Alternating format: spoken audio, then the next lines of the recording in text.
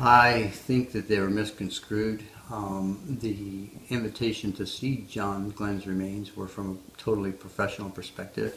From an embalming preparation perspective, we've been tasked with preserving him for up to 6 months, and I was proud of the job that they had done.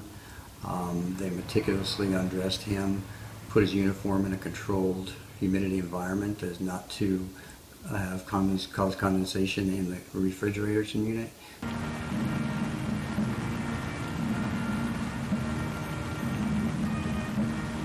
Although the embalming job was great by the Ohio Funeral Home, we had to take some additional preparation steps in order to preserve for that length of time.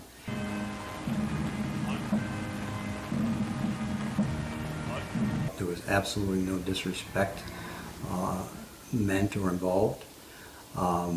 It's very unfortunate that the Glenn family has to listen or hear this, and it's an embarrassment to me and to the Air Force and to my profession.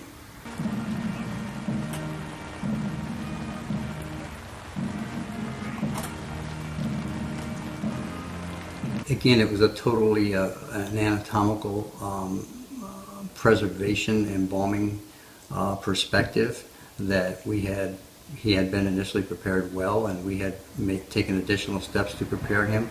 And after the 6-month period, we were proud to say that he was perfectly viewable, and the family would have been able to see him again, and he looked as well or better than he did when he came in. Did you extend the invitation to the inspectors because it was John Glenn? No, if it was, he was probably the only body we had in the building at the time.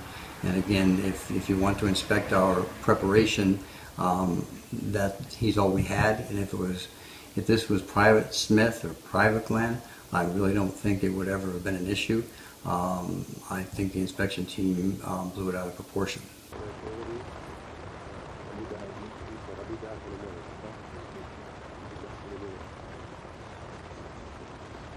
I just again want to say I'm sorry to the Glenn family for this to surface and in the way that it did, and to be reassured that there was no disrespect to one of my all-time heroes,